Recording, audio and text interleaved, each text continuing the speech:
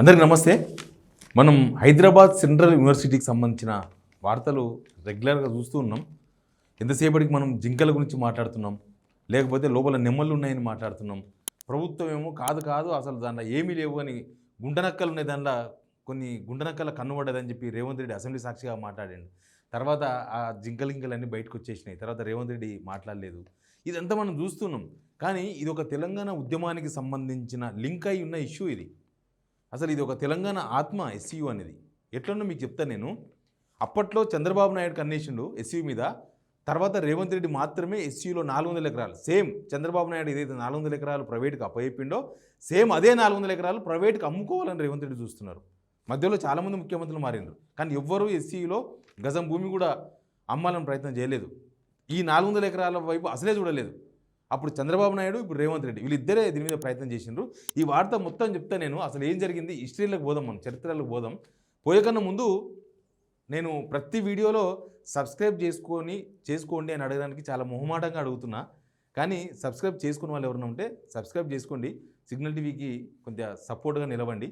మనం సబ్జెక్ట్లోకి పోతే ఎస్సీయూ 1974, మనకు 1974లో ఇది ఎస్టాబ్లిష్ అయింది, హైదరాబాద్ సెంట్రల్ యూనివర్సిటీ. అసలు ఎట్లా ఎస్టాబ్లిష్ అయింది అనేది పెద్ద వార్త ఇది.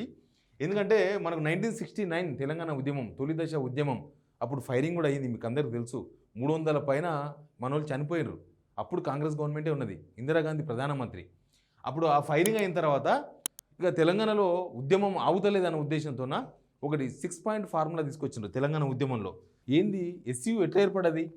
ఉత్తగా ఏదో సెంట్రల్ గవర్నమెంట్ ప్రేమతోనో లేకపోతే ఈడేదో ఇన్స్టిట్యూట్ పెట్టలే. మనకు తెలంగాణ ఉద్యమంలో ఇచ్చిన ఒక హామీ ఇది.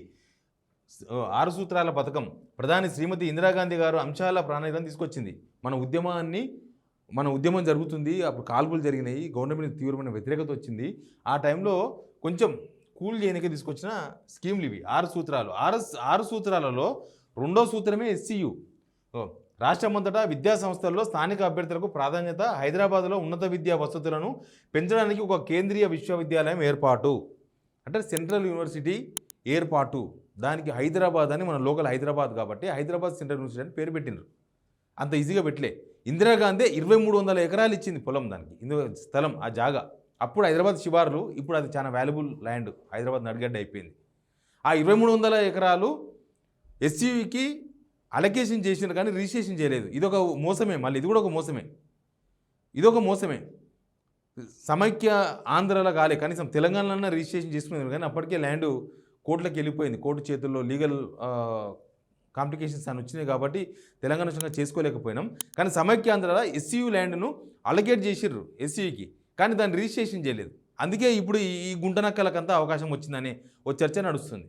ఏమైంది ఇప్పుడు? అప్పుడు చంద్రబాబు నాయుడు, ఇప్పుడు రేవంత్ రెడ్డి ఏం చేసిండ్రంటే దీనిలో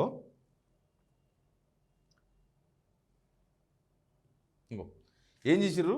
1969 మన ఉద్యమం, 1974లో ఇదంతా జరిగింది. మనకు హైదరాబాద్ సెంట్రల్ యూనివర్సిటీ వచ్చింది, 2300 ఎకరాలు ఇచ్చిండ్రు. ఇచ్చిన తర్వాత యాక్చువల్గా ఇది ఫస్ట్ దానిలోకి వెళ్ళే ఈ 2300 ల్యాండ్లోనే చాలామంది కనబడ్డది. అప్పుడు కాంగ్రెస్ ముఖ్యమంత్రి మర్రి చెన్నారెడ్డి రెండోసారి ముఖ్యమంత్రి అయ్యిండు 90స్లో. అప్పుడు ట్రిపుల్ కోసం 66 ఎకరాలు ఇచ్చింది, దానిలోకి వెళ్ళే. తర్వాత స్టేడియం, గచ్చిబౌలి స్టేడియానికి చంద్రబాబు నాయుడు ఇచ్చిండు 40 ఎకరాలు గచ్చిబౌలి స్టేడియం.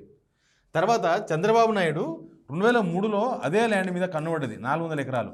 400 ఎకరాలు కన్నుబడి ఈ బిల్లిరావు అనే తనకు అప్పచెప్పిండు. డెవలప్మెంట్ ఇదిగో రియల్ ఎస్టేట్. సేమ్ ఇప్పుడు రేవంత్ రెడ్డి ఏం చేయదలుచుకున్నాడో అప్పుడు కూడా అదే. కాకపోతే ఈయనేమో మొత్తానికి తెగనమ్మ అలా చూస్తున్నాడు. అప్పుడు చంద్రబాబు నాయుడు ఏమో మొత్తం దాని డెవలప్మెంట్ కోసం అని చెప్పి దాన్ని తెర ముందల రకరకాలుగా లబ్ధి పొందే ప్రయత్నం, ఆయన సొంత లబ్ధి, రాష్ట్ర లబ్ధి కాదు, ఆయన సొంతంగా లబ్ధి పొందే ప్రయత్నం చేసిన ఆరోపణలు ఉన్నాయి. ఈయనకు 2003లో అప్పచెప్పినప్పుడే ఏం చేశారంటే గోపన్పల్లిలో దీనికి ఇన్స్టేట్గా ఇక్కడ 400 ఎకరాలు తీసుకుంటున్నందుకు ఎస్సీకి గోపన్పల్లిలో 400 ఎకరాలు కేటాయిస్తున్నామని చెప్పి ఆ 36A అదేదో సర్వే నెంబర్లు ఉన్నాయి, ఆ సర్వే నెంబర్లో ఇచ్చారు. ఏ సర్వే నెంబర్లు అంటే ఇవి, ఈ సర్వే నెంబర్లు 36/P, Gopanpally village, Serilingampally mandal, Rangareddy district, Hyderabad. ఇక్కడ ఎస్సీకి 400 ఎకరాల ల్యాండ్ ఇచ్చారు. 400 ఎకరాల ల్యాండ్ ఇచ్చి దాంట్లో ఏం చేసిర్రు? ఆ 400 ఎకరాలలో 250 ఎకరాలలో ఈ సంస్థనే, ఇదే సంస్థ, ఈ సంస్థకి ఇచ్చారు. మళ్ళీ ఇచ్చింది సెంట్రల్ యూనివర్సిటీకి 400 ఎకరాలు, దానికి 250 ఎకరాలు మళ్ళీ అదే చంద్రబాబు నాయుడు దీనికి ఇచ్చిండు. Survey number 37 national institute of animal biotechnology అనే సంస్థకి ఇచ్చిండ్రు. తర్వాత మిగతా 150 ఎకరాలు ఉంది కదా, ఈ 150 ఎకరాలు కూడా ప్రస్తుతం ఎస్సీయూ చేతిలో లేదు. అది కూడా రకరకాల ప్రైవేట్ వ్యక్తుల చేతిలో కబ్జాలో ఉంది. ఇక్కడ కూడా నో ఎస్సీయూ. అసలు ఎస్సీయూకి ఇంకా 400 ఎకరాలు ఇచ్చినట్లేదు, తీసుకున్నట్లేదు, ఏమీ లేదు.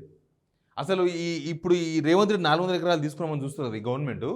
కనీసం ఈ 400 ఎకరాల బదులు ఇంకో దగ్గర 400 ఎకరాలు ఇస్తామన్న ముచ్చట కూడా ఎత్తలేదు.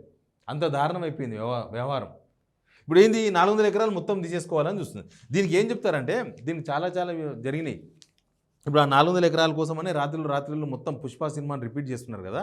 మొత్తం దాదాపు 100 వరకు అని చెప్తున్నారు. 100 జేసీబీలు మొత్తం కూడా రాత్రింబవళ్ళు పనిచేస్తూ ఉన్నాయి. లోపల నెమ్మళ్ళ సౌండ్లు, జింకల అరుపులు అవన్నీ కూడా మనకు కనిపించినాయి, అవన్నీ వినిపించినాయి. ఆడికి పోయిన వాళ్ళు ప్రత్యక్షంగా స్టూడెంట్స్ చెప్తూ ఉన్నారు, జింకలు రోజు ఉదయం పూట వాకింగ్ పోతే నెమ్మలు కనిపిస్తాయి, మధ్యాహ్నం పూట పోతే జింకలు కనిపిస్తాయి. అసలు అది ప్రభుత్వ జాగా అయినా కూడా, ప్రభుత్వ జాగా కాదు అయినా కూడా పర్యావరణాన్ని కాపాడడంలో భాగంగానైనా కనీసం ఆపాలి కదా అనేది ఒక వాదన వినిపిస్తుంది. ఇప్పుడు వీళ్ళు ఏమంటారు, నిన్న టీజీఐఏసి అంటే గవర్నమెంట్ సంస్థ ఏం చెప్తుంది, గవర్నమెంట్ అంటే ఆ ల్యాండ్ గవర్నమెంట్ది, ఎస్యూది కాదు, ఎస్యూ అని ఎక్కడా లేదు అంటారు. నిజానికి ఆడ ఉన్న మిగిలిన ఆ 1300 ఎకరాలు ఎంత మిగిలింది, ఇంకా మొత్తం ఓను ఆడ 2300 ఎకరాలు అన్ని ఓను లాస్ట్కు ఒక 1300 ఎకరాలు మిగిలినట్టుంది. ఈ 1300 ఎకరాలు కూడా ఎస్యూ పేరు మీద ఏం లేదు, అసలు రిజిస్ట్రేషన్ చేయలేదు. మొత్తం తీసేసుకోండి, మరి ఎస్సీని మొత్తం తీసేసేయండి. హైదరాబాద్ యూనివర్సిటీ లేపేస్తే అయిపోతుంది. లేపేసేసి మరి దాన్ని డెవలప్మెంట్ చేసుకుంటారో, అదానికి అప్పచెప్తారో, అమ్మానికి అప్పచెప్తారో, ఏం అప్పచెప్తారో, ఎక్కడ అప్పచెప్తారో, ఇది కూడా తీసేసుకుంటే బెటర్. అసలు ఎక్కడైనా సరే ఒకటి గుర్తుపెట్టుకోండి, అసైన్ ల్యాండ్ తీసుకున్నాను అనుకో, ప్రభుత్వం అసైన్ ల్యాండ్ ఎవరికో రైతుకి ఇచ్చిన అసైన్ ల్యాండ్ భూసేకరణ చేస్తుంది అనుకోండి, అది గవర్నమెంట్ భూమి అసైన్ ల్యాండ్ అండి. ఆ అసైన్ ల్యాండ్ తీసుకున్నందుకు ఆయనకు కంపెన్సేషన్ ఇస్తారు మళ్ళీ గవర్నమెంట్. ఎకరాకు ఒక 1000 గజాల జాగా ఇవ్వడమా, లేకపోతే డబ్బులు ఇవ్వడమా, ఏదో ఒకటి. మరి ఇక్కడ ఎస్యూ దగ్గర ఇంత ల్యాండ్ తీసుకోవాలనుకున్నప్పుడు మళ్ళీ వేరే ల్యాండ్ కూడా ఇవ్వాలి కదా. అసలు ఎస్యూ ల్యాండు రేపు భవిష్యత్తు రేపు యూనివర్సిటీ విస్తరించాలన్నా, ఇంకా ముందు దాన్ని విస్తరించాలన్నా, రకరకాల అవసరాల కోసం ఆ ల్యాండ్ ఉపయోగపడుతుంది హైదరాబాద్ సెంట్రల్ యూనివర్సిటీకి. అది మనదే, పేరు సెంట్రల్ గవర్నమెంట్ది, కానీ ఇక్కడ మనదే. మరి సెంట్రల్ గవర్నమెంట్ యూనివర్సిటీ మొత్తం సెంట్రల్ గవర్నమెంట్ చేతిలో ఉంటుంది వ్యవహారము. మళ్ళీ లోపల ల్యాండ్స్ మొత్తం కూడా రేవంత్ రెడ్డి 100 బుల్డోజర్స్ని లోపల పంపించి మొత్తం క్లీన్ చేయించే ప్రయత్నాలు చేస్తుంటే బీజేపీ ఏం చేస్తున్నది ఇప్పటిదాకా కూడా అర్థం కాలేదు. నేను బీజేపీ వాళ్ళు అసలు పోలీస్ స్టేషన్ పోతే కూడా స్టూడెంట్స్ను, ఏబీపీ స్టూడెంట్స్ పట్టుకపోతే కూడా రెస్పాండ్ కాలేదంటే నాకు ఎవరు ట్వీట్ చేసిన దాని మీద నేను మళ్ళీ రెస్పాండ్ అవుతా. నేను అడిగి తెలుసుకోవాల్సింది, నేను ఆల్రెడీ తెలుసుకొని చెప్పిన, బీజేపీ వాళ్ళు పోలేదు ఆడికి, రాత్రి 11 దాకా పోలీస్ స్టేషన్లో ఉన్నారు వాళ్ళు స్టూడెంట్స్ అని చెప్పిన, దానికి సంబంధించిన వివరణ నేను తర్వాత ఇస్తా. కానీ అసలు ల్యాండ్కి ఇచ్చినప్పుడు, ఇక్కడ యూనివర్సిటీకి కేటాయించిన ల్యాండ్ తీసుకుంటున్నప్పుడు దానికి మళ్ళీ ప్రకృతి రిస్టోర్ చేస్తారా, అక్కడున్న జింకలను ఏం చేస్తారు, లేకపోతే అక్కడున్న నిమ్మలను ఏం చేస్తారు, అక్కడున్న చెరువులను ఏం చేస్తారు, దాన్ని ఎక్కడ రిస్టోర్ చేస్తారు, లేకపోతే ఆ 400 ఎకరాల ఎస్యూకి ఎక్కడ ఇస్తారు, ఇట్లాంటి ఏవి విషయాలు చెప్పకుండా చేస్తున్నారు. ఇంకా మూడో విషయం ఏంటంటే, అప్పుడు చంద్రబాబు నాయుడు అదే 400 ఎకరాల మీద ఎందుకు ఫోకస్ చేసిండు, ఇప్పుడు రేవంత్ రెడ్డి గారు వచ్చిన తర్వాత కూడా మళ్ళీ అదే 400 ఎకరాల మీద ఎందుకు ఫోకస్ చేసిండ్రు. నిజానికి గవర్నమెంట్కి 30,000 కోట్లు 40,000 కోట్లు డబ్బులు కావాలనుకుంటే ఇంకా చాలా భూములు ఉన్నాయి. భూములు అమ్మనే వద్దు అనేది అందరి సిద్ధాంతం. రేవంత్ రెడ్డి గారు కూడా ప్రతిపక్షంలో ఉన్నప్పుడు భూములు అమ్మొద్దు, భూములు మనకు రేపు స్కూళ్ళ కోసమో, శ్మశాన వాటిక కోసమో, లేకపోతే పెద్ద ఐటీ కంపెనీలు, మల్టీనేషనల్ కంపెనీలు వచ్చినప్పుడు ల్యాండ్ లేకపోతే ఇబ్బంది అవుతుంది అన్నారు. కానీ ఇది చాలా ఇంపార్టెంట్ ల్యాండ్, అసలు చాలా వాల్యుబుల్ ల్యాండ్ అది. ఆ వాల్యుబుల్ ల్యాండ్ని ఎందుకు రేవంత్ రెడ్డి కన్నుపడ్డది, అంతకుముందు చంద్రబాబు నాయుడు కన్నుపడ్డది, ఇప్పుడు రేవంత్ రెడ్డి కన్నుపడ్డది అనేది చాలా క్వశ్చన్. రేవంత్ రెడ్డి ఎప్పుడైతే ఢిల్లీ పోయి ప్రధాని మోడీని కలిసి వచ్చిండో, ఒకరోజు గుర్తుందా, మోడీయే పిలిచిండు రేవంత్ రెడ్డి నన్ను, బయటికి టాక్ వచ్చింది, ఈయన అడగలే అపాయింట్మెంట్, ఆయననే పిలిచిండని. ఆ తర్వాతనే ఈ 400 ఎకరాలకు సంబంధించిన ప్రపోజల్ బయటకు వచ్చింది. తర్వాత ఆ భూములున్నాయి ఏంటివి, ఎంఆర్ భూములు దాదాపు 1,00,000 కోట్లు. చెప్తా దాని గురించి తర్వాత, నేను జస్ట్ ఇప్పుడు ఇంట్రడక్షన్ చేస్తున్నా. 1,00,000 కోట్ల విలువైన భూమి కేసుల్లో ఉంది, ఈడీ కేసులు, సిబిఐ కేసులు ఉన్నాయి. దాన్ని కూడా పరిష్కరణ కోసం మన ప్రభుత్వం ప్రయత్నాలు చేస్తూ ఉంది. దానిలో ప్రభుత్వంలో పెద్దలు ఉన్నారు, అవన్నీ మనం తర్వాత మాట్లాడదాం. కానీ ఎందుకు ఇట్లా జరుగుతుంది అనేది మాత్రం క్లారిటీ లేదు. ఎందుకు ఆ 400 ఎకరాల మీద కన్నేసిండ్రు, అసలు ఎస్సీని ఏం చేయదలుచుకున్నారు, ఎస్సీని ఓలో మనకు సెంట్రల్ యూనివర్సిటీ వద్దు అనుకుంటే క్యాన్సిల్ చేసేసాను. స్టేట్ గవర్నమెంట్ మాకు వద్దు అని ఒక లేఖ రాస్తే వాళ్ళు మొత్తం తీసేసుకుంటారు. మీరు 400 ఎకరాలు కాదు, ఇంకా మిగిలిన 1300 ఎకరాలు మొత్తం కూడా మీరు మొత్తం ప్రైవేట్ వాళ్ళకి అమ్ముకోవచ్చు. ఇంకా ఫుల్ డెవలప్మెంట్ అయ్యే అవకాశం ఉంటుంది, ఇంకా ఫుల్ పెద్ద బిల్డింగ్లు కట్టే అవకాశం అయితే ఉంటుంది. కానీ తెలంగాణ ఉద్యమంతో లింక్ అయిన యూనివర్సిటీ అది, మన ఆత్మకు సంబంధించిన యూనివర్సిటీ. తెలంగాణ మన అమరులు చనిపోతే ఆ చనిపోయిన తర్వాత సెంట్రల్ గవర్నమెంట్ అప్పుడున్న ఇందిరాగాంధీ ప్రభుత్వం ఆ యూనివర్సిటీని ఇచ్చింది. ఆ యూనివర్సిటీని ఇట్లా అల్లకొల్లాలని చేయడానికి కారణం ఏందో ఈ మొత్తం ఆ ఎస్సీలో ఉన్న స్టూడెంట్స్ మొత్తం ఆందోళన చేస్తూ కూడా వినకపోవడానికి కారణం ఏందో తెలియదు. అందరూ అసలు మిగతా వాళ్ళు స్టూడెంట్స్ అంతా మొత్తుకుంటున్న పర్యావరణవేత్తలు ఎక్కడ పోయినరో తెలియదు. అసలు ఈ తెలంగాణ పెద్ద మనుషులు ఏమవుతుండ్రో తెలియదు. తెలంగాణ ఉద్యమకారులు అని చెప్పుకున్న పెద్దోళ్ళు ఏమవుతుండ్రో తెలియదు. కోరం సార్ లాంటి వాళ్ళు అస్సలు మాట్లాడతలేరు. ప్రొఫెసర్ హరగోపాల్ సార్ మొన్న మాట్లాడిండు, అస్సలు ఇది వదిలేసేయండి, ఎస్సీయూ ల్యాండ్ దగ్గర పోదు మీరు, దాన్ని వదిలేసేయండి యూనివర్సిటీకి అని.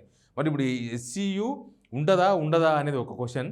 అసలు ఆ ల్యాండ్ మొత్తం మాదే అని ప్రభుత్వం చెప్తున్నప్పుడు ఆ ల్యాండ్లో మరి ఎస్సీయూ ఉంచాలనా, లేకపోతే ఎస్సీయూని వేరే దగ్గర తరలించాలనా, అసలు ఆ ల్యాండ్ మీద ప్రభుత్వ కన్ను ఎందుకు పడ్డది అనేది కూడా ఒక పెద్ద క్వశ్చన్ లాగా కనిపిస్తుంది. ఎనీవే, మన తెలంగాణ ఉద్యమానికి ముడిపడి ఉన్న ఈ హైదరాబాద్ సెంట్రల్ యూనివర్సిటీలో జరుగుతున్న పరిణామాన్ని మాత్రం హైదరాబాదే కాదు తెలంగాణ మొత్తం చూస్తుంది.